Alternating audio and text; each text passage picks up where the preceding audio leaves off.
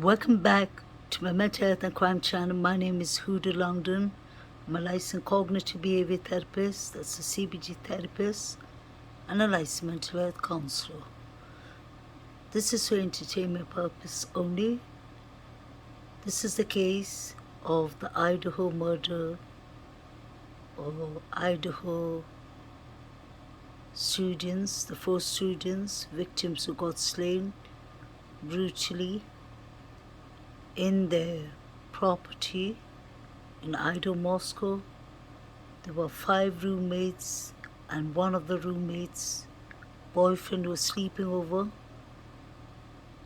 There are 2 surviving roommates, and one of the roommates said that she saw a man with bushy eyebrows.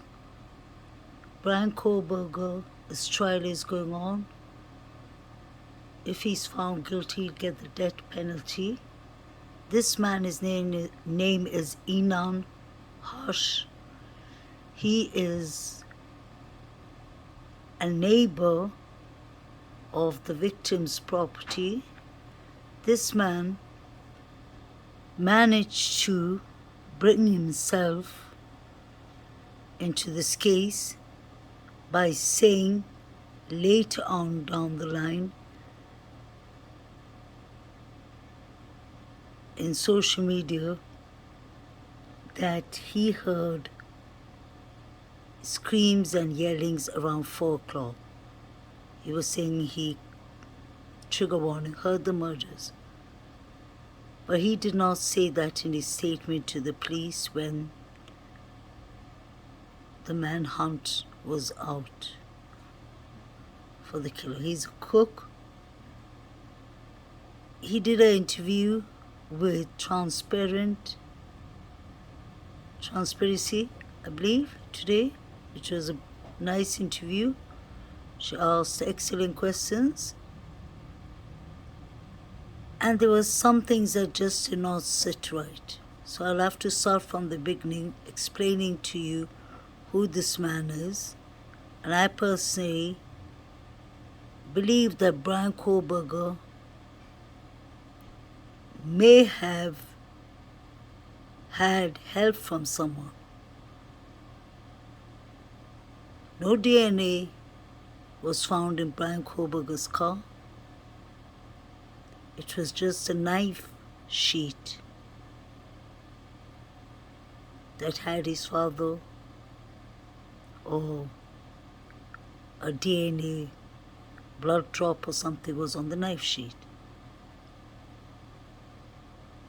What is interesting is Inan Harsh has brought himself back to YouTube, and he seems to be quite edgy, answering certain questions, laughing away.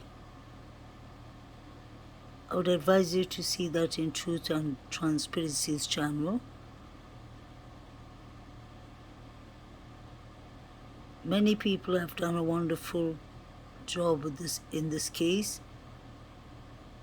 because viewing body cameras is totally different than viewing autopsy and the autopsy pictures of an 11-year-old like Zavgirl, Plunder, Grizzly 2 Crime, and Natasha Cooper, I believe. Natalie Cooper, forgot the name wrong. Those people have no empathy. But yes, you can study a lot from the body camera of the police, because that's public information.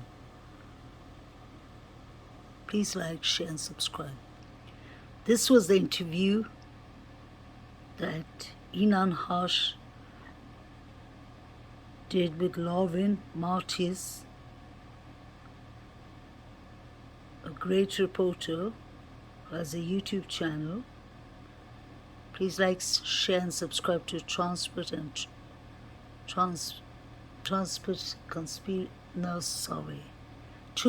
Transparency. Sorry, I got a name wrong.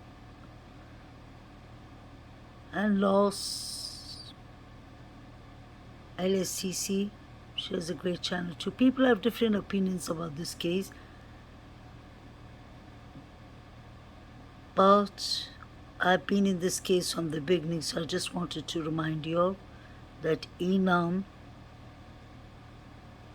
Harsh may not be that innocent as the impression he gives people, because he has said many things that are contradicting what he said at the start to the police. He looked very uncomfortable, not uncomfortable, but he looked very anxious in the interview with Truth and Transparency. Another question I have is, why was he subpoenaed? It's not only because he was a neighbor. The defense, public defense of the client, I guess, Brian Kohlberger, subpoenaed him. It's all right to be the neighbor, but he gave a bit too much information and details than he's supposed to have given. And he lives right next to the Idaho murder house. He seems to know quite a lot. There's this part on Truth and Transparency's interview where he says that he believes that they caught the person who did this crime because he said, didn't they say that DNA was found in his car? And then I said later on, house. Just watch that interview, because I really believe there's more to this man. Another thing that is important I wanted you all to pay attention to, doesn't Enon Harsh have bushy eyebrows too? This clip was made 7 months ago or 8 months ago by Lauren Martis and her husband, who's a psychology. And Elon Harsh was subpoenaed. He said he went to the trial in May or to the courts, but he couldn't get in.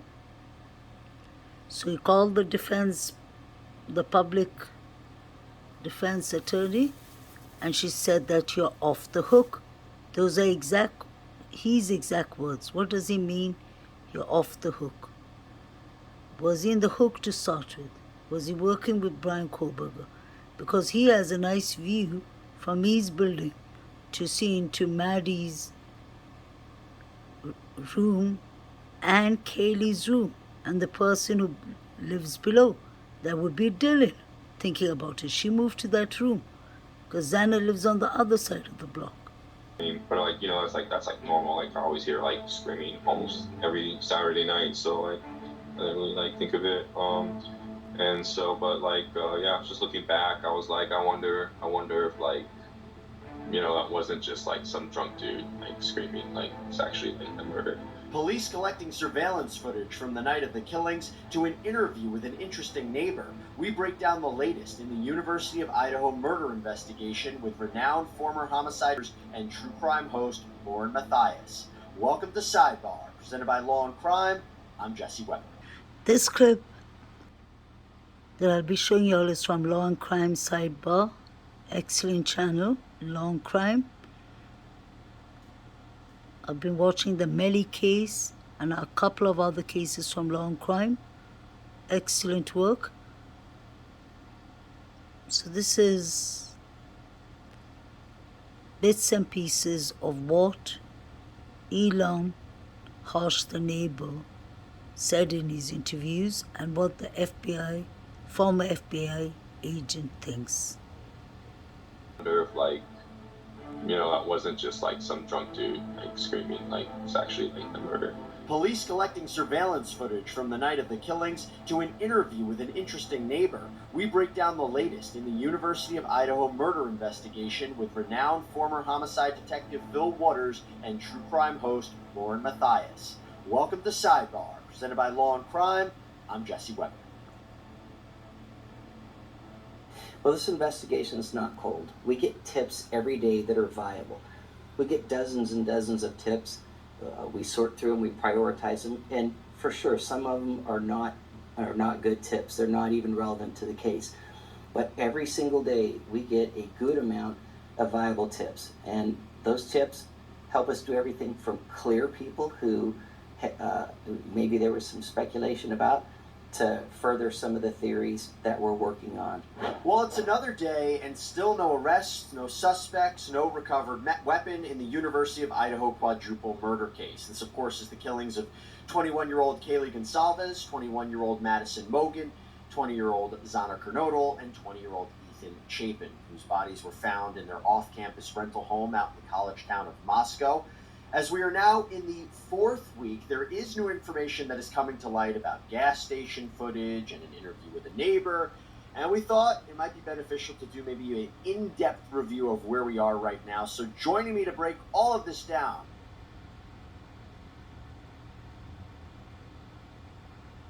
with a neighbor of these students, someone who lived in that area. But I first want to start with why you approached him for the interview, because the way that I understand it, he had some activity online and he was making contradictions about maybe what he saw and heard. So can you summarize who exactly he is and what he saw and heard? Absolutely.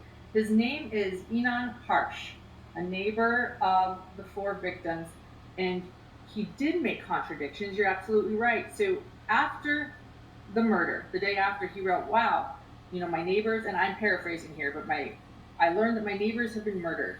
I didn't hear anything. I didn't hear a scream. He later on went on to edit that post and took out that he hadn't heard a scream, and is recently saying, you know what? I might have heard a scream. Move forward, he did a Reddit AMA.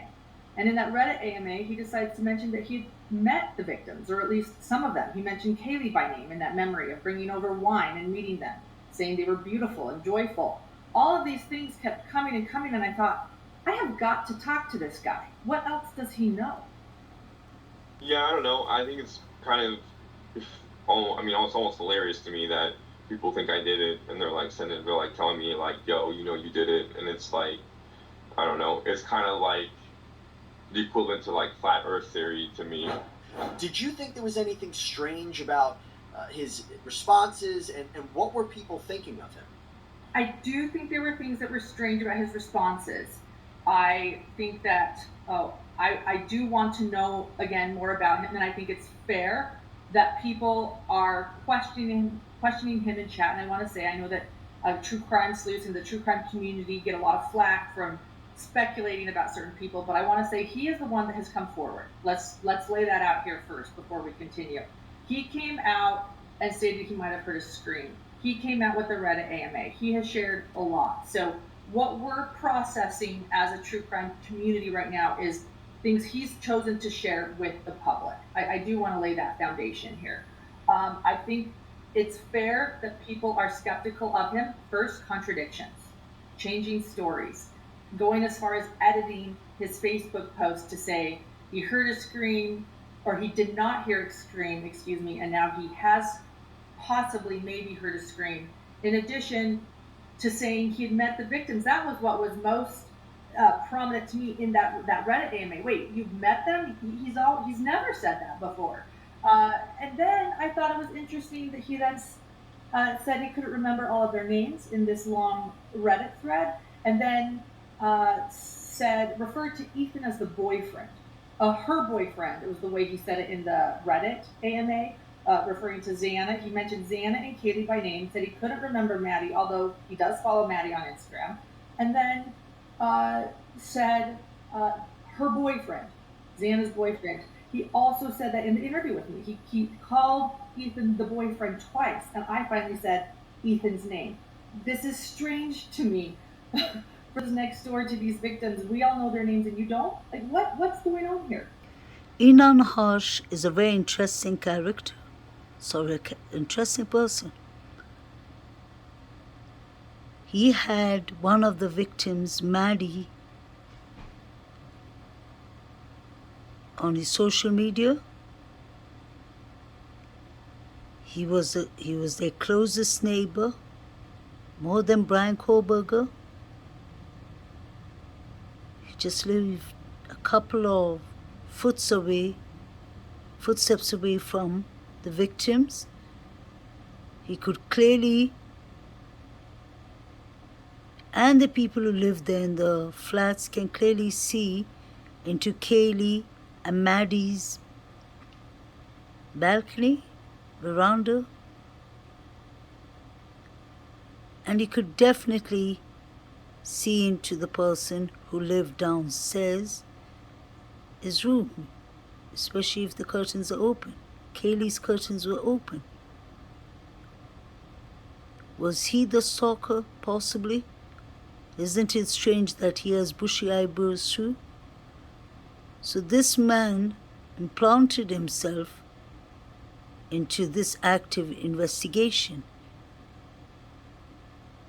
It doesn't seem like Idaho police can put Brian Kohlberger in the crime scene. I really do believe that, for whatever reason. I don't believe he's innocent. I'm not saying he's guilty either. I'm just saying that there has to be a better explanation, and I still don't believe it was only one person who did it. Let's not forget 3 other DNA, male DNAs, were found in the house.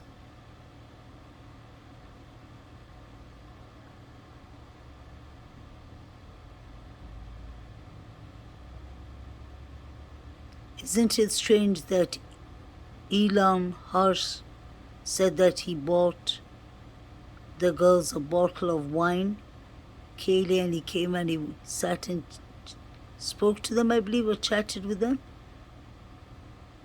This man was up too late because he's a cook, and he didn't tell the police that he heard screams or anything. He said that later on. So I just wanted to show my viewers and subscribers who are late in this case to go back from the beginning, and then you will see who could be possibly a suspect. I believe there are more people involved. And the description of Elon Harsh is bushy eyebrows too.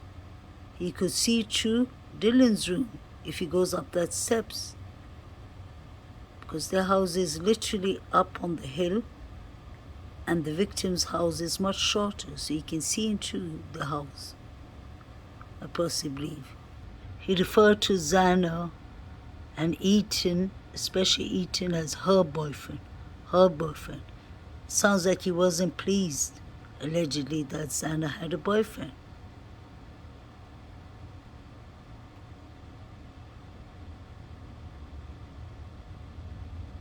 He has inserted himself into the investigation for his own purposes.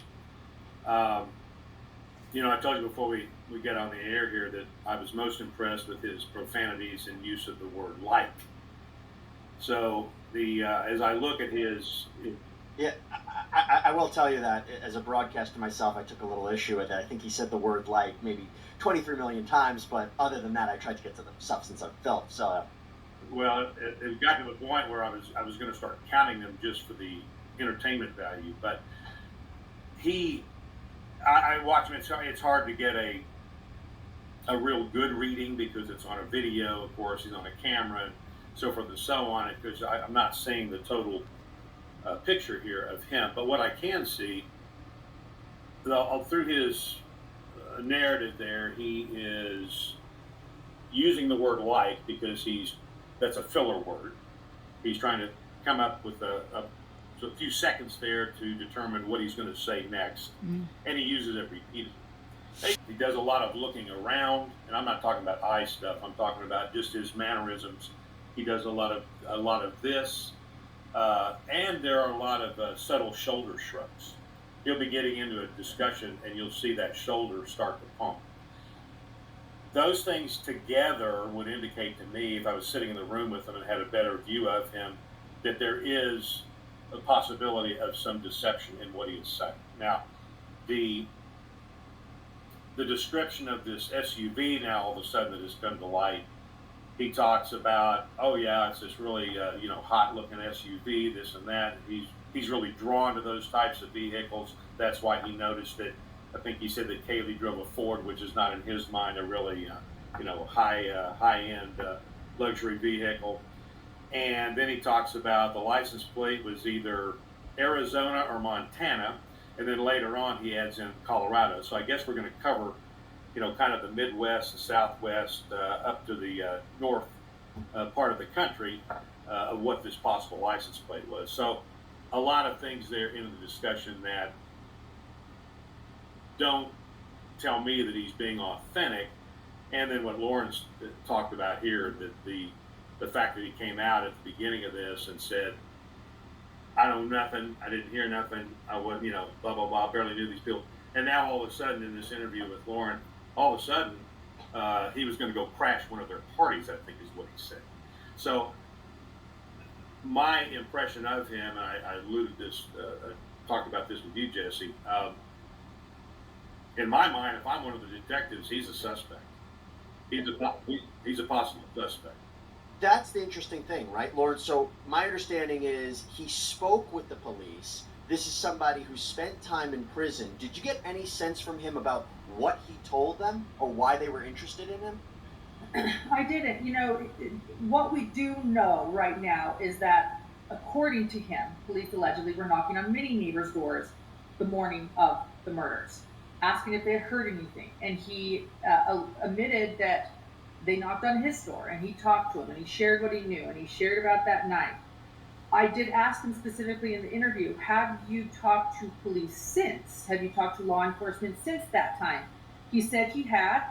He, it wasn't quite clear, but it sounded as if maybe he went to law enforcement, but that was not said, that was alluded to. So I'm not quite sure, because I did say, did they come to you? Did you go to them? He said, oh, I talked to them, yeah. Could you share more about that? No, he said no, it was off record and we moved on, because on my program, if someone doesn't want to ask or answer something, we won't force the issue. But he said that was off record. He didn't want to share what that other conversation, at least one conversation, was with police. Elon Hart knows the neighborhood. He would definitely know, since he's been to the house, the shape of the house inside, the size of the rooms, the doorknobs, the door locks, the toilets. He even said in Truth and Transparency's clip, like, share, and subscribe to her, that the lights of the girls was always on. And then when he was asked if the colors of the lights were always that color yellow, he said no. Like if they change, he said no, not that he's paid attention to, but there were things that it sounded like he knew way too much. He spoke a lot about the Jeep, the SUV, the black SUV, saying it had Arizona or Nevada license plate, and that car looked really good. It was a fancy car that it was parked outside the student's house on Kings Road.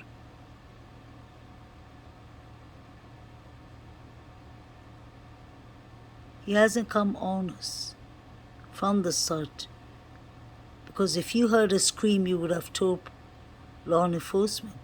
Because something so terrifying and horrible and heartbreaking like this, you would obviously try and help to get justice for these girls. And if he was allegedly working with Brian Koberger, it should make a lot of sense, because he would be informing him when the girls come home, how long their parties are, since he's spoken about that many times. And he went to the bottle of wine to the house, and he was chilling with them. He keeps on calling it the party house. And I've heard many people in Idaho, Moscow, saying that this was a party house. Because let's not forget, 3 different DNA, male DNA, was found at the crime scene. They could have come a couple of hours before, or a couple of days before. But I'm sure those were fresh marks for them to have, the forensics to have gotten it. And I would love to know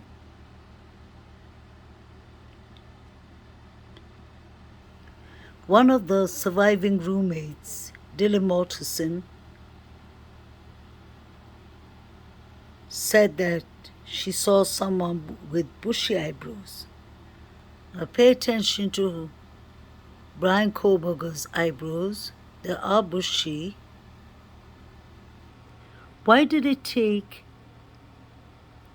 the surviving roommates 8 hours before calling 911? And when the police went door to door questioning the neighbors,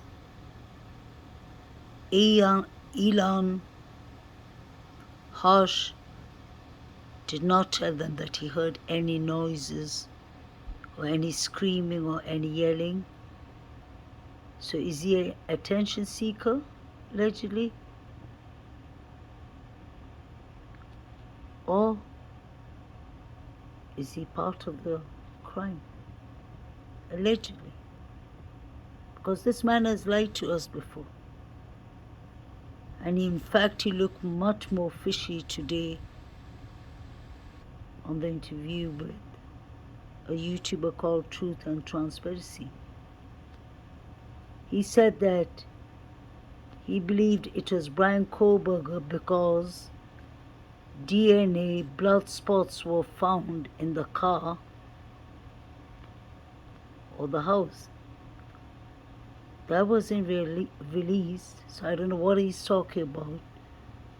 And I hope the law enforcement are watching his new interviews.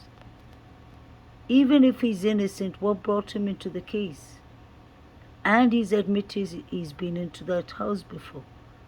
And he bought the girls a bottle of wine. He said there's always parties there.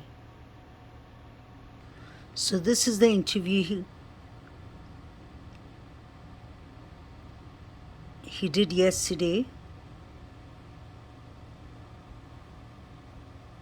And please pay attention to his eyebrows. Isn't that more bushy eyebrows than Brian Koberger? Wouldn't he have actually a motive? Because he knows them.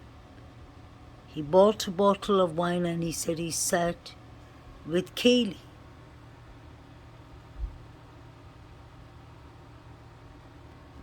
Could he and Brian have been working together? Why is Brian Koberger so confident that he'll be that he would be exonerated? What could be the reason that Brian is so confident? Was Brian's father's night shift or Brian's night shift there because he was partly involved and he had helped? He got help from someone? Could that be possibly allegedly? And when Truth and Transparency told him that 3 other male DNAs were found, how do you think they got there? He said, trigger warning, could it be that the girls were sleeping with different people? There's so many things that are not right with this guy. And then you have the biggest red flag, that he lied to the police at the beginning and said that he did not hear anything or see anything suspicious. That was on the 13th of November 2022. But then a couple of months later, like a month into the search, he comes and says that he heard screams. He never addresses Xana, his boyfriend Ethan, may rest in peace, as Ethan. He says that girl is boyfriend, that girl. Could he have been upset with the 4 girls? If it's true, like he's saying, that he bought them a bottle of wine and chilled with them, with the rest in peace, could he have taken that as advantage and access to just get back to the house, come back?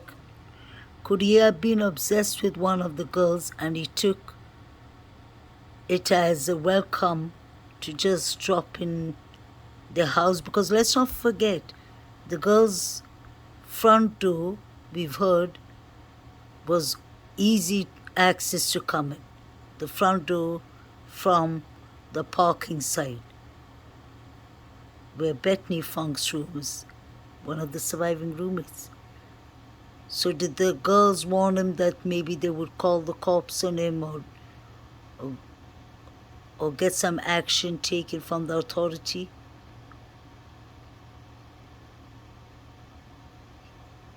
Because where he lives, when you go up the hill, you can clearly, that's the next building next to the girls, but their building and the flats, the block is much higher. It's a bit on the hill, but he can exactly see what's going on in the girl's house, and he talks. He keeps on saying, I love them, I love them, I love them. He has said that so many times. It's kind of creepy. And then we have another red flag, that he's Brian Koberger's defense, I believe, or the defense, the public defense of Brian Koberger, I guess, subpoenaed him to come to court in May. And then he says clearly, they said, you can go, you're off the hook. I don't think anyone's off the hook, just like the Idaho Moscow police said. This investigation will keep on going on. But my question is, could he be the person who lived near them, who was giving, allegedly, Brian all the information? He's even speaking about the lights, that it's always on, that there's always people there. And he said so much on the previous interviews about the screams and all these things. So there's a lot of red flags here. Please let me know in the comment what you think. And honestly, I believe Truth and Transparency did a good interview with him. Thank you for that. For me, he just has bushy eyebrows. Definitely. So Dylan said she saw the person in the dark. She couldn't tell much. If Elon allegedly had a mask on,